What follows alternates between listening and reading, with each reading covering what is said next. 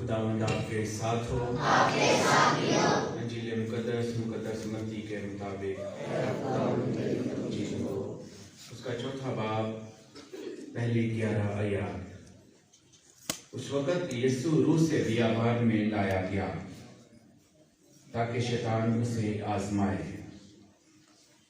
और जब 40 दिन और रात रोजा रख चुका तो आखिरकार भूखा हुआ। तब आजमाइश करने वाले ने उसके पास आकर कहा, अगर तू खुदा का बेटा है तो कह कि ये पत्थर रोटियां बन जाए। उसने जवाब में कहा, लिखा है कि इंसान सिर्फ रोटी ही से नहीं जीता, बल्कि हर एक कलमे से जो खुदा के मुंह से निकलता है। तब शैतान उसे मुकद्दस शहर में ले गया और हैकल के किनारे पर खड़ा करके उससे कहा, अगर तू खुदा का बेटा है तो अपने आप को नीचे गिरा दे, क्योंकि लिखा है, उसने अपने फरिश्तों को तेरी बाबत हुक्म दिया है और वो तुझे हाथों पर उठा लेंगे। ऐसा ना हो कि तेरे पांव को किसी पत्थर से चोट लग जाए। यीशु ने उससे कहा, यह भी लिखा है कि तू खुदावंद अपने खुदा को मत आजमा। फिर शैतान उसे बड़े ऊंचे पहाड़ पर ले गया और दुनिया की सब मुमलकतें और उनकी शान और शौकत उसे दिखाई और उससे कहा, अगर तू गिर के मुझे सजदा करे तो ये सब कुछ तुझे दूंगा। तब यीशु ने उसे कहा, ऐ शैतान दूर हो, क्योंकि लिखा है कि तू खुदावंद अपने खुदा को सजदा कर और सिर्फ उसी की इबादत कर। तब शैतान उसे छोड़कर चला गया और देखो, फरिश्तों ने आकर उसकी खिदमत की। इंजील मुकद्दस के वसीला से हम सबके गुनाह मुआफ किए जाए।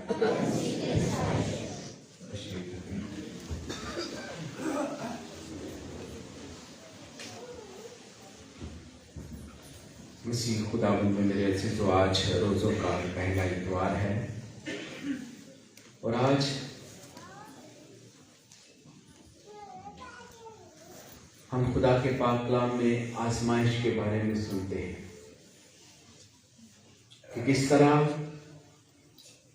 आदम और हवा पर आजमाइश आई, किस तरह यीशु पर आजमाइश आई और किस तरह हम पर भी आजमाइश आती है।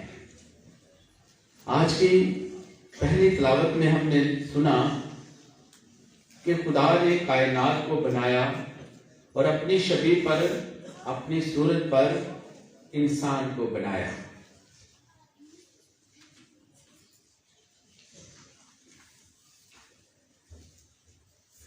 खुदावन ने जमीन की मिट्टी से इंसान को बनाया और उसके नथनों में जिंदगी का दम फूंका और इंसान जीती जान हुआ। किससे जीती जान हुआ? यीशु खुदा के दम से।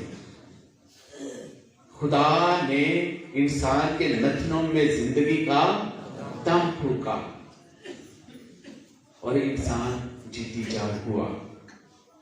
और खुदावन ने मशरक की तरफ अदन में एक बाग लगाया और इंसान को जिसे उसने बनाया उसमें रखा। और खुदा ने हर तरह के दरख्त जो देखने में खुशनुमा और खाने के लिए लजीज थे जमीन से उगाए और बाग के वस्त में शजरे हयात और नेकोबद की पहचान कर रखी। खुदा ने बागे अदन बनाया और इंसान को, जिसको उसने बनाया, अपनी मानद, अपनी सूरत पर, अपनी शबीह पर, उसे कहां पर रखा? बागे अदन में। अब पूरी बाइबल मुकद्दस को जब हम पढ़ते हैं, मुताला करते हैं, तो देखते हैं कि अदन में इंसान को रखा गया और अपनी गलती की वजह से वो बियाबान में, उसने अदन को बियाबान में कन्वर्ट कर दिया। और खुदा यही नहीं छोड़ता, बियाबान में नहीं छोड़ता, वादे की सरजमीन का वादा करता है। और दूसरे लफ्जों में, नया आसमान होगा, नई जमीन होगी, नया यरूशलेम होगा।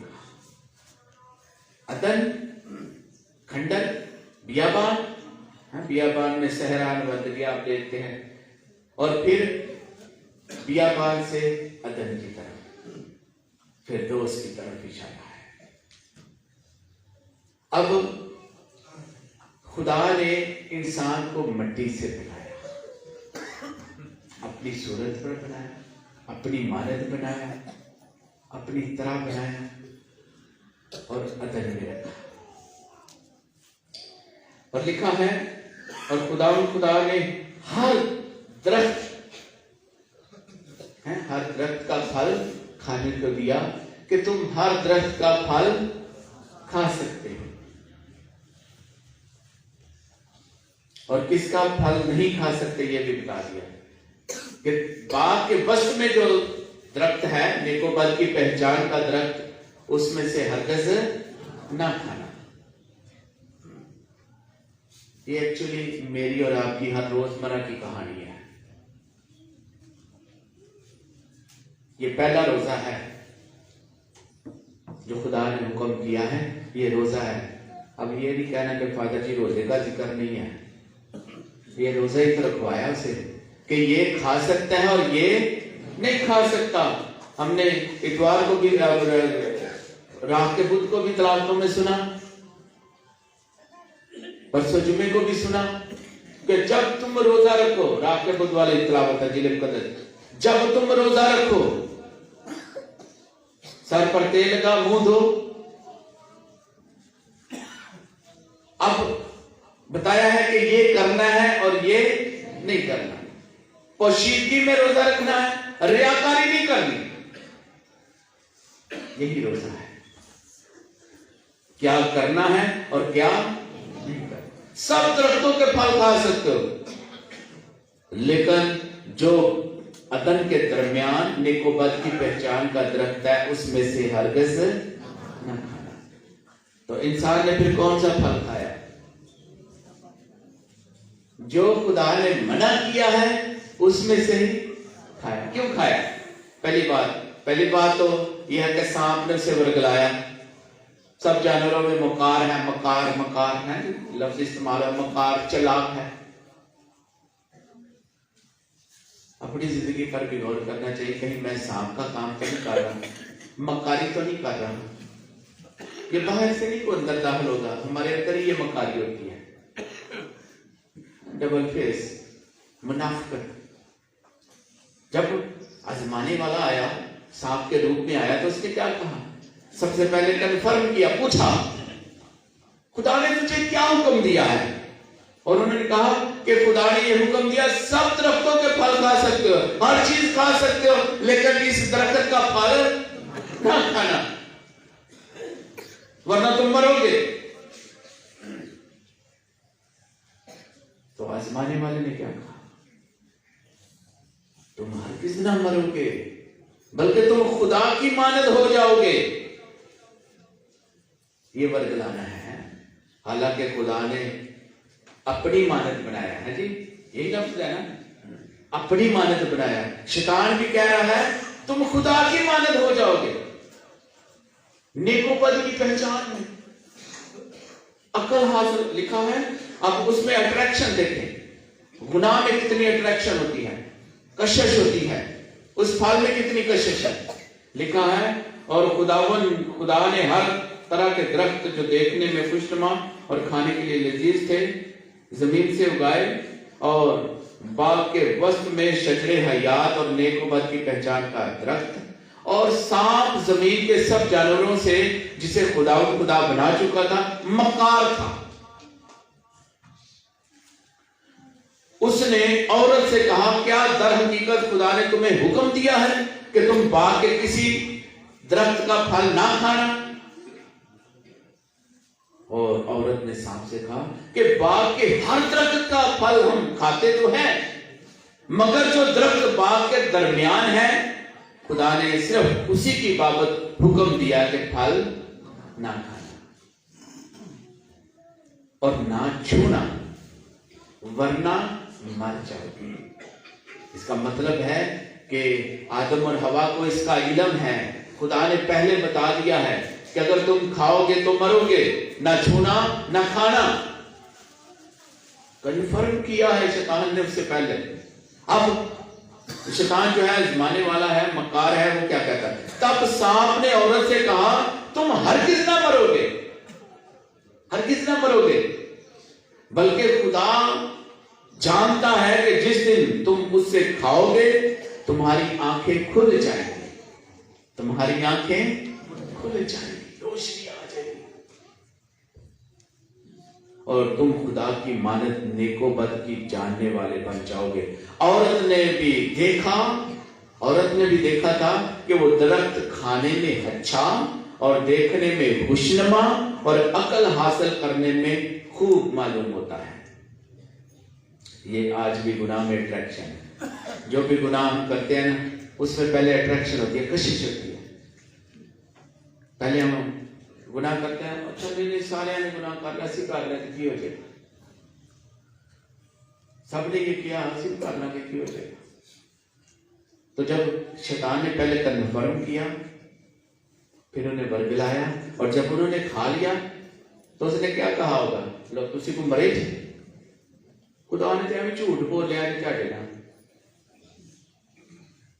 अब मरना, मौत जो है, गुनाह की मजदूरी मौत, हम उसको भी थोड़ा देखेंगे कि वो कैसे होती है। ठीक है, और देखा था कि वो दरख्त खाने में अच्छा और देखने में खुशनुमा और अकल हासिल करने में खूब मालूम होता है। तो उसने उस फल में से लिया और खाया और अपने शोहर को भी दिया, खुद भी खाया और अपने शोहर को भी दिया। और उसने खाया और दोनों की आंखें खुल गई और अपनी उरियानी महसूस करके उन्होंने अंजीर के पत्तों को सी लिया और अपने लिए लुंगियां बनाई। उसके बाद हम देखते हैं जब खुदा आवाज देता है, आदम तू कहां है?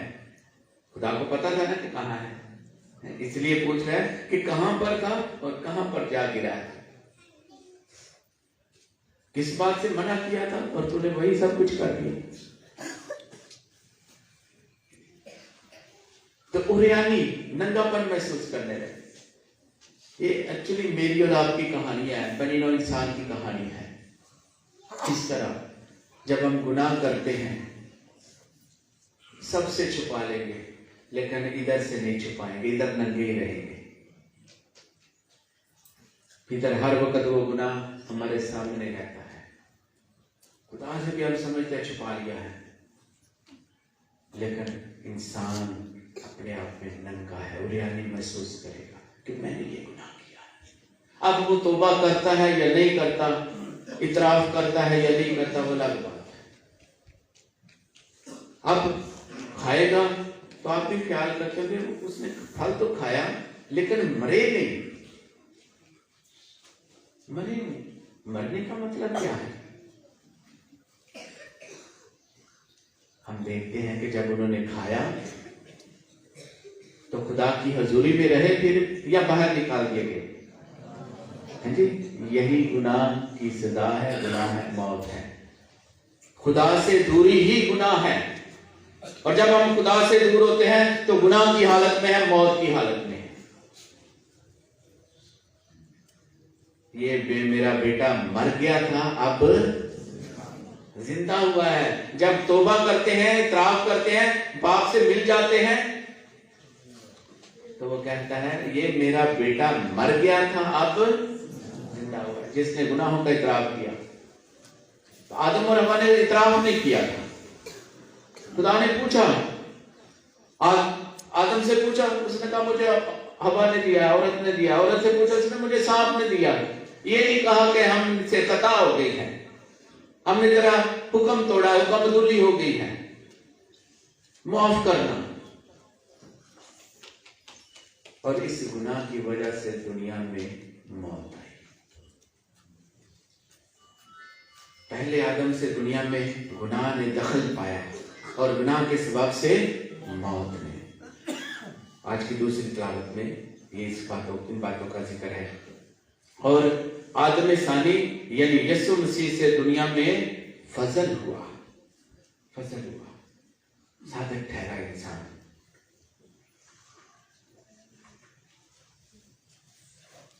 है भाइयों, जिस तरह एक आदमी के वसीले से गुनाह ने इस दुनिया में दखल पाया और गुनाह के सबब से मौत ने, और इसी तरह मौत सब आदमियों में फैल गई। आप क्या करेंगे, कैसे आदमियों में फैल गई? भाई इधर से दरिया बहता हो तो दरिया के सिरे से शुरू से कुछ जहर उसमें डाल दिया जाए तो सारा पानी जहरीला हो जाएगा कि नहीं? है जी, यही वजह है। आदम ने गुनाह किया और सारी आदमियत में सरायत कर गया, मायूसी गुनाह। और मायूसी गुनाह से छुटकारे के लिए यीशु इस दुनिया में आए, मर गया, तीसरे दिन मुर्दों में से जी उठा। उसने मरकर हमें मौत से छुड़ाया है, अपनी मौत से मौत को तबाह कर दिया और अपनी जिंदगी से जिंदगी को बहाल किया। तो आज की इंजील मुकद्दस में भी हम देखते हैं बियाबान का जिक्र है। जैसे मैंने शुरू में कहा, अदन से बियाबान में आए और बियाबान से अब फिर अदन की तरफ हमें जाना है, फिरदौस की तरफ। हम अपने गुनाहों की वजह से अपनी जिंदगी को खंडर बना देते हैं, बियाबान बना देते हैं। क्या थे, क्या हो गए और अब क्या होंगे? फिर खंडर के खंडर, वीराना, मौत के वारिस या जिंदगी के वारिस होंगे। ये फैसला हमारे हाथ में है। इस दुनिया में हम रहते हैं, हमें किस राह पर चलना है। एक राह मौत की तरफ जाती है, एक जिंदगी की तरफ जाती है। एक नेकी की राह है और एक बदी की राह है। किस राह पर चलना है? लिखा है उस वक्त यीशु रूह से बियाबान में लाया गया ताकि शैतान उसे आजमाए। आजमाता कौन है? है जी, कौन सा आजमाता है? ऊंची बोले जरा। शैतान, शाबाश। कौन आजमाता है? शैतान आजमाता है। कि खुदा आजमाता है? शैतान, शाबाश। अपने आप के लिए बहुत सारी तालियां। इसलिए तो बहुत सारे लोग समझते हैं खुदा आजमाता है। और यीशु ने हमारे बाप की दुआ सिखाई है ना, तो उसमें भी उसने यही सिखाया है, हमें आजमाइश में ना पढ़ने दे बल्कि बुराई से बचा। लेकिन हमारी कलीसिया में, यानी हम क्रिश्चियनिटी में ऐसे भी हैं जो इस दुआ को रद्दोबदल के साथ पढ़ते हैं। वो पढ़ते हैं हमें बुराई में ना, आजमाइश में ना ला। है हमारे बाप की दुआ में क्या पढ़ते हैं अंत में? आजमाइश में ना ला। खुदा आजमाइश में नहीं लाता। आजमाइश में कौन लाता है?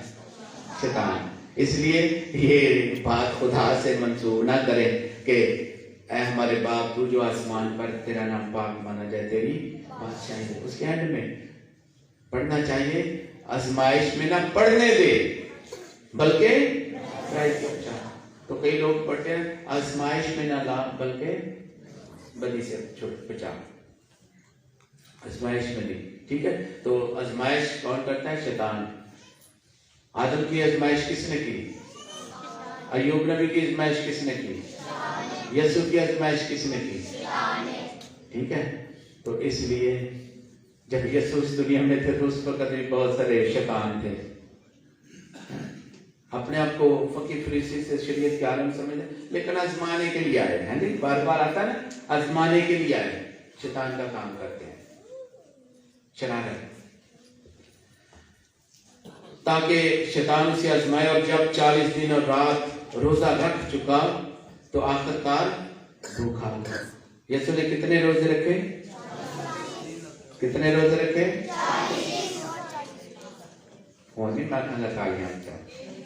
1 रोजा रखा है। कितने रोजे रखे? 1। कितने दिनों का? 40 दिन और रात का 1 रोजा रखा। ठीक है। तो तब आजमाइश करने वाले ने उसके पास आकर कहा कि अगर तू खुदा का बेटा है तो कह के ये पत्थर रोटियां बन जाएं। क्या यीशु रोटियां बना सकता था कि नहीं? बना सकता था। क्यों नहीं बनाई? है जी,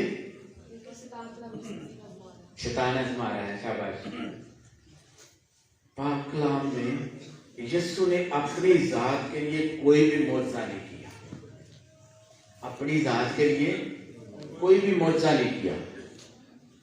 जो 5000 को 5 रोटी और 2 मछलियों से रजा सकता है, शेयर कर सकता है, और 12 टोकरे टुकड़ों के भी बच सकते हैं, क्या वो पत्थर से रोटी नहीं बना सकता था? जो ये कहता है कि वो इब्राहिम के लिए पत्थरों से औलाद पैदा कर सकता है, क्या वो अपने लिए रोटी नहीं बना सकता था? इसलिए नहीं बनाई क्योंकि शैतान की फतह हो जाने की कि इसे भूख लगी है और पत्थर को अपने लिए रोटी बना लिया है। तो यीशु ने भी खूब जवाब दिया, आजमाने वाले को खूब जवाब दिया। क्या कहा? इंसान सिर्फ रोटी ही से नहीं, ये लिखा है, ये लिखा है कि इंसान सिर्फ रोटी ही से नहीं जीता, बल्कि हर उस कलमे से जो खुदा के मुंह से निकलता है, खुदा का कलमा, कलाम, इससे जिंदगी मिलती है। आप दुआ में भी कहते हैं ना, तेरा कलाम जिंदगी बख्शता है। जिंदगी तब बख्शेगा जब आप इस पर अमल करेंगे, इसे कबूल करेंगे, इस पर अमल करेंगे। तो यीशु ने खूब जवाब दिया, कलाम ने से जवाब दिया। फिर तब शैतान उसे मुकद्दस शहर में ले गया, तब उसे मुकद्दस शहर में ले गया और हैकल के किंगरे पर खड़ा करके कहा कि अपने आप को नीचे गिरा दे, क्योंकि तेरे बारे में लिखा है कि मेरे फरिश्ते तुझे अपने हाथों पर उठा लेंगे। खुदा कहता है मेरे फरिश्ते तुझे हाथों पर उठा लेंगे। तो क्या यीशु ने छलांग लगा दी? हाँ जी, क्यों नहीं लगाई? क्योंकि यीशु के बारे में तो लिखा है ना, फरिश्ते तुझे अपने हाथों पर उठा लेंगे। क्यों नहीं लगाई? असि होंगे तो शायद ला ही देंगे। लो जी, साढ़े बारे कलाम च लिखा हुआ है नहीं। अच्छा, ये बात भी सीखने की है कि सिर्फ कलाम जानना ही काफी नहीं है, उसे मानना और उस पर अमल करना बेहद जरूरी है। शैतान भी कलाम जानता है जी, शैतान भी कलाम बहुत जानता है, इसीलिए तो हवाले दे रहा है, इसीलिए तो कह रहा है तेरे बारे में लिखा है कि तुझे फरिश्ते हाथों पर उठा लेंगे, तेरे ताकि तेरे पांव को ठेस ना पहुंचे, ठोकर ना लगे। तो यीशु ने क्या जवाब दिया? ये भी लिखा है कि तू खुदावंद अपने खुदा को मत आजमा, मत आजमा।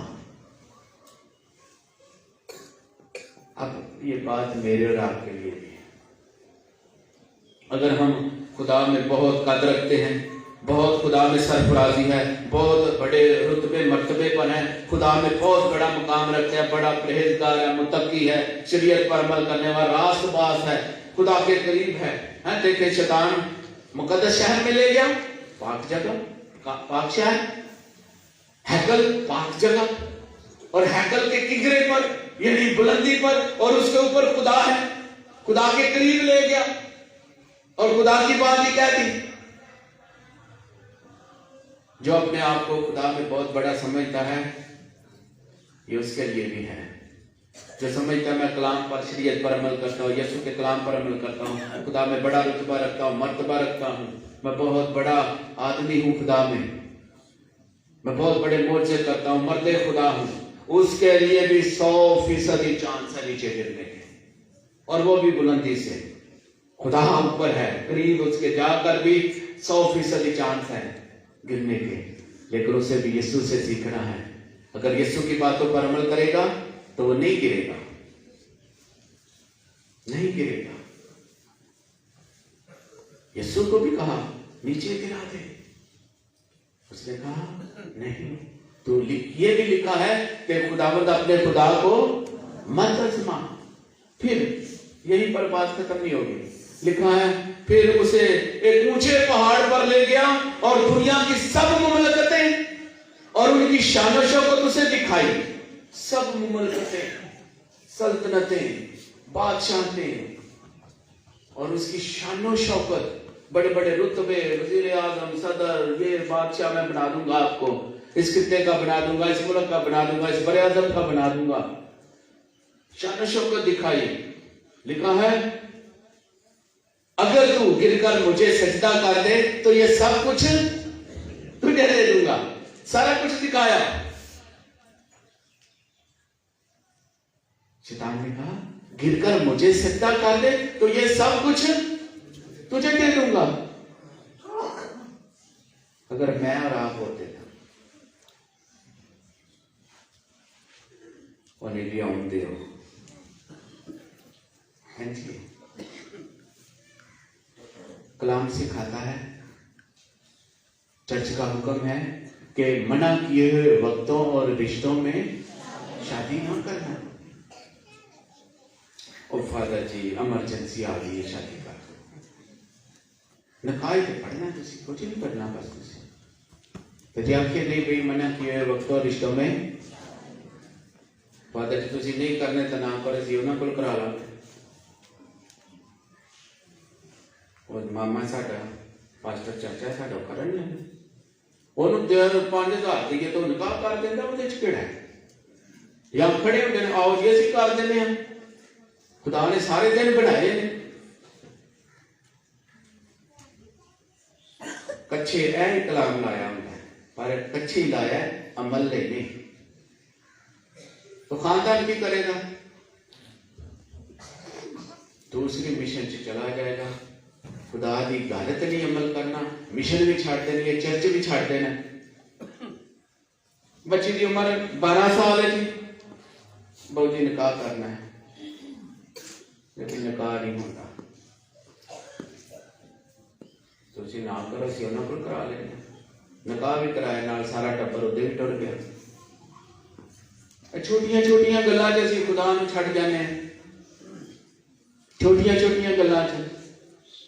ते जे साडे अगे इधर 5 मरले दा प्लाट ते हूं घेरा कॉर्नर प्लाट है, तुसीं मुसलमान हो जाओ, हिंदू हो जाओ, सिख हो जाओ, सो बिस्मिल्लाह जी प्लाट किहड़े मिलदे जे सारी उम्र गुजर जाती है, बनदी नहीं कि घर फौरन उत्ते चले जाते। इहनूं भी छड्डो। फादर जी नहीं निकाह करते, ना जी पादरी नहीं निकाह करता, असीं अदालतों करा लेने। कुड़ी मुंडा दोनों क्रिश्चियन, वो तो इस्लाम कबूल करके कलमा पढ़ के दे निकाह भी हो जाता है।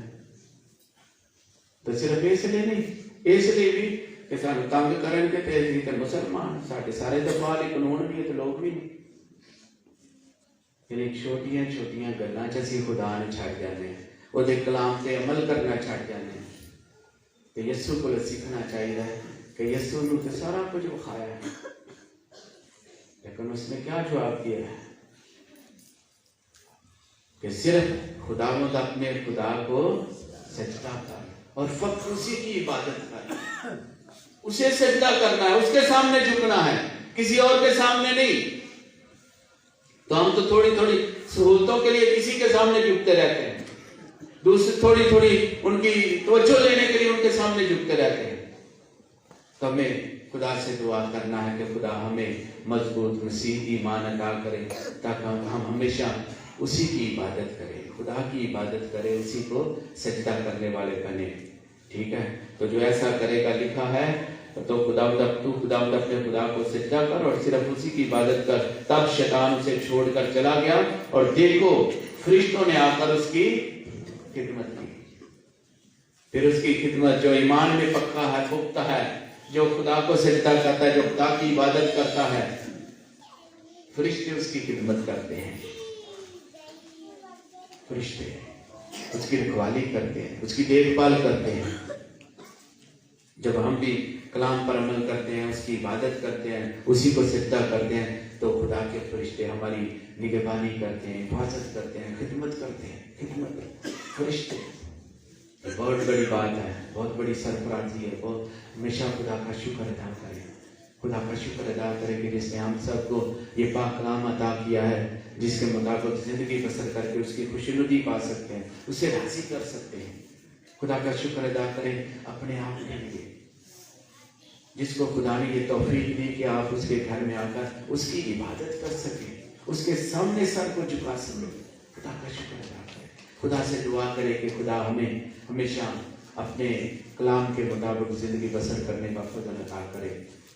खुदा से दुआ करें, उसका कलमा ही जिंदगी बख्शता है। हम हमेशा उसके कलमे के मुताबिक जिंदगी बसर करें, उसके कलमे में जिंदगी बसर करें। मसीह खुदा के वसीला से आमीन।